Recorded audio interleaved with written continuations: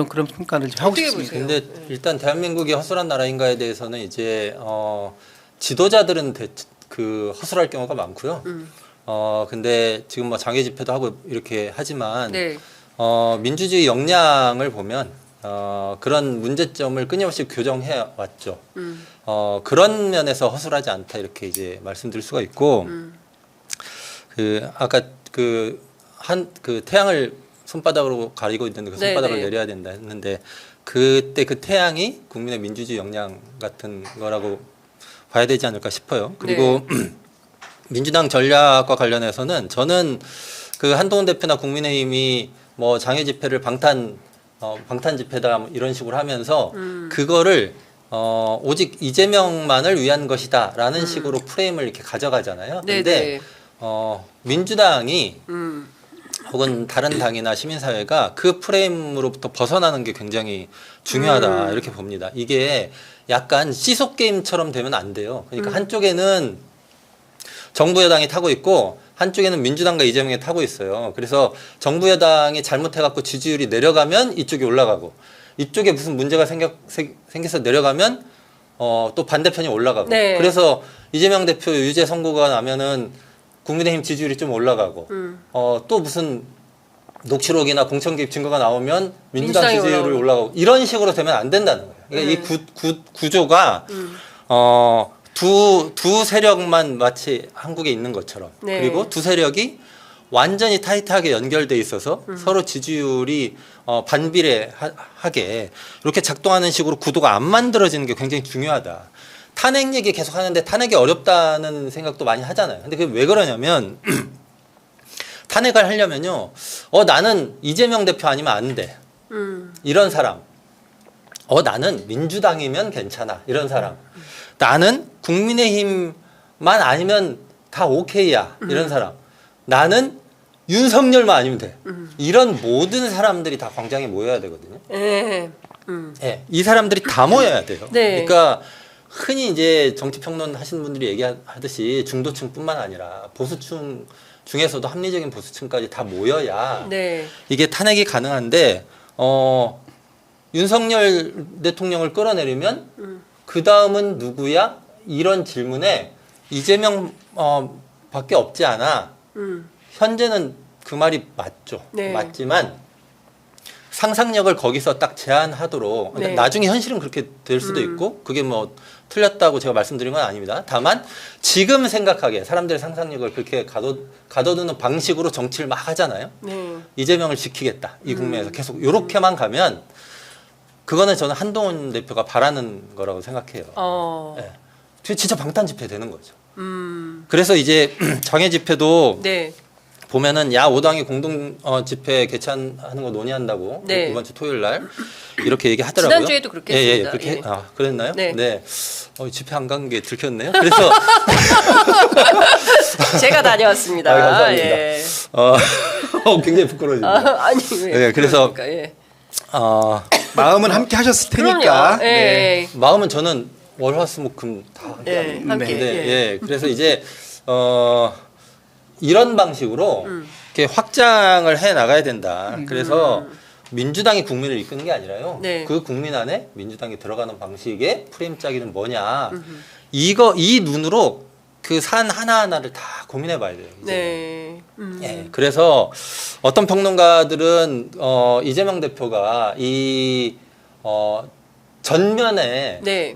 약간 좀 떨어진 곳에 있는 게 낫지 않겠나 이런 얘기도 하더라고요. 그러니까 이게 어쨌든 그런 대결 구도 아까 말씀드린 네. 그런 대결 구도로 가면 계속 좀 힘들지 않을까. 저는 좀 그런 고민이 요즘 많이 듭니다. 저는 약간 좀 이제 우리 강 교장님하고 좀 네. 다른 약간 같은 비슷하면서도 다른 부분. 네. 이재명 대표가 한 걸음 뒤에 물러서 있는 거 저는 그건 바람직해 보이지는 않아요. 네. 다만 이재명 대표와 대표에 가깝다고 하시는 분들이 너무 이재명 대표의 1심 선고에 매몰되어 있는 듯한 모습 이 부분은 좀 버릴 필요가 있다. 어차피 이재명 대표가 이런 뭐 소위 사법 리스크 이런 부분을 갖고 있다라는 걸 모르고 지난 전대에서 이재명 대표에 대해서 재신임을 한 게 아니거든요. 네. 이재명 대표는 당연히 이 부분을 안고 있고 이 부분을까지 다 끌어안고도 이재명 대표를 우리 민주당의 대표로 재신임하는 것이다라는 것이 당시 당원들과 일반인 국민 30%의 여론이었어요. 압도적인 여론이었어요. 90%가 넘는 여론이 그럼에도 불구하고 이재명 대표밖에 없다라고 했기 때문에 네. 이재명 대표는 그 힘으로 가지고 리더십을 가지고 가는 거예요. 그런데 계속해서 이재명 대표의 1심 선고가 정치적 판단이다. 좋죠. 맞는 얘기인데 이거를 앞에 내세우는 순간 국민의힘에서는 봐라. 이것이 방탄 아니면 뭐냐 이렇게 계속 나오기 때문에 이재명은 이재명이고 네. 김건희는 김건희다로 가야지 맞다. 네, 저도 네. 사실은 비슷한 얘기를 한 건데요. 네. 실제로 보면은 이제 1심 선고가 문제다 아니다 이 쟁점으로 계속 가는 거는 민주당한테 유리할 게 저는 없어 보이고 그래서 제가 보니까 실제로 이재명 대표는 그거에 대해서 비판적인 발언을 하긴 했지만 이번 주 일정을 보면 대선 네, 또다시 이제 출마할 후보로서 민생을 챙기는 행보를 하신단 말이에요. 네. 이런 식으로 제가 한 발 떨어져 있어야 된다는 건 그 이슈로부터 한 발 떨어져 있어요. 그렇죠. 그런 좀 의연하게 가야 될 예, 것 네. 같다. 그렇게 하고 민주당에서 싸울 사람들은 싸워야죠. 재판 결과에 대해서. 그러나 그거를 이재명 대표가 예. 나서가지고 나는 뭐 꿋꿋하게 살아있다. 한 번 정도는 괜찮은데 계속 이런 위치로 갈 필요는 없겠다. 그거는 마치 이 전국 전체가 이재명 대 윤석열 구도로 가는 것인데 네. 그렇게 하면 길게 봤을 때는 그다지 유리하지는 않을 것 아닐 것 같다는 같다. 겁니다. 예, 그러니까 이제 보수 언론이나 종편이나 이런 데에서 지금 이 국면 전환용으로 이재명 대표를 활용하고 있는 거잖아요. 네. 지금 사실 윤석열 대통령이 지난 2년 반 동안 대한민국에 얼만큼 역할을 했는가 네. 이 평가가 지난 10월 10일 날 11월 10일이군요. 네. 11월 10일 날 2년 반의 임기 반환점을 돌면서 엄청나게 평가가 나왔어야 돼요. 근데 그 평가가 별로 없었어요.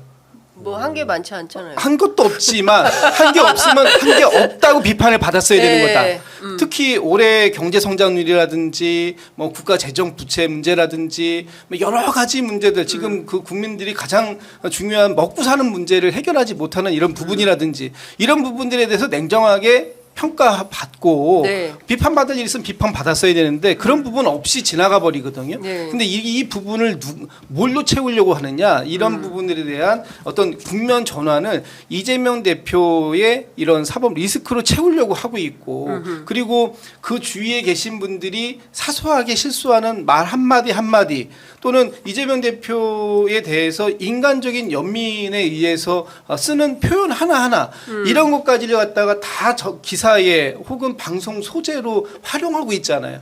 그런 부분들에 대해서 자꾸 이렇게 기름을 부어줄 필요는 없겠다. 그 부분을 굉장히 우리가 냉정하게 평가하고 네. 그리고 우리가 주목해야 될 김건희 여사 특검이라든지 명태균 게이트라든지 이쪽 부분에 대해서 좀 더 지금보다 이 포커스를 좀 더 아주 촘촘하게 네. 맞춰가야 되지 않겠냐 그런 생각입니다. 김진욱 대변인 슬로건이 오늘 댓글창에 화제가 됐어요. 김건희는 김건희, 이재명은 이재명. 예. 제가 보기에 예. 이번 주 토요일 날 집회. 경향신문 사설 제목인데요. 경향신문 사설. 그렇습니까? 이 그러네. 짓고 해야지. 그러네. 저도 어디서 봤나 했더니 경향신문 사설이었네. 네. 그렇지만 그 사설이 경향신문 경향신문뿐만 아니라 네. 지금 우리 이 대한민국의 지식인들 또 일반 국민들의 상식은 그걸 지적하고 있다. 그렇죠. 저는 예. 그걸 아니 근데 저는 말씀드리는 거예요. 국민의힘 이제 여러 보수 패널들 보면 이런 거예요. 좀 한동훈 대표도 마찬가지인데 국민의힘이 저희 프로그램 모니터를 세게 하고 있어가지고 저도 그렇습니까? 잘 말하겠습니다. 네. 예, 소장이 오지 않는 방향으로. 이런 거예요. 그러니까 이재명 대표 이슈를 키우면 김건희 여사 이슈가 사라질 거라고 믿는 것 같은데 국민들은 다 기억하고 있거든요. 그러니까 지난 여름에 김건희 여사가 했던 여러 가지 활동들을 명품백부터 도이치모터스 주가 조작 그리고 뭐 명품 쇼핑에 이르기까지 모든 걸 다 그리고 마포대교에 이르기까지 다 네. 기억들을 하고 계세요. 그렇기 때문에 별개 사안으로 평가한다. 근데 이걸 자꾸 착종시켜 가지고 마치 이재명 문제를 띄우면 김건희 이슈가 사라지는 것처럼 그렇게 오판을 하고 있다. 착각이죠. 예, 착각을 하고 있는 그 거죠. 제가 어제 그제 요 며칠 사이에 방송에서 이런 말씀을 좀 드렸어요. 옆집에 우환이 났다고 우리 집에 중병이 자연 치유되지 않는다. 옆집의 우환은 그냥 옆집의 우환일 뿐이에요. 네. 우리 집에 중병 환자가 있다면 그 병을 고치기 위해서 얼마나 많은 노력을 해야 되는지 지금 국민의힘이 뻑하면 얘기하는 게 국민 눈높이, 네. 변화와 쇄신. 과연 국민의 눈높이가 어디에 있는지 용산의 눈높이에다 자꾸 맞추려고 하니까 네. 국민의 눈높이와 거리가 멀어져 가고 있는 거 아닙니까? 변화와 쇄신을 얘기하는데 어떤 변화와 어떤 쇄신을 하겠다라는 건지가 하나도 없어요. 구체적이지 않아요. 네. 무조건 그리고 오늘도 뭐 기사 보니까 그 한동훈 대표가 우리는 그 이재명 대표 얘기보다는 민생에 뭐 집착해야 됩니다 이렇게 했다는데 이재명 대표 얘기를 가장 많이 하는 사람이 지금 한동훈 대표 아닙니까? 예. 심지어는 이재명 대표 법정 구속까지 얘기하는 얘기해야죠. 사람이 한동훈 그러니까요. 대표잖아요. 제일 먼저 했어요. 제일 먼저 일요일 제일 날. 많이 하고 있어. 그러면서 무슨 변화와 쇄신을 아니, 제가 얘기하는지 그날- 이해가 안 간다는 거예요. 그날 국민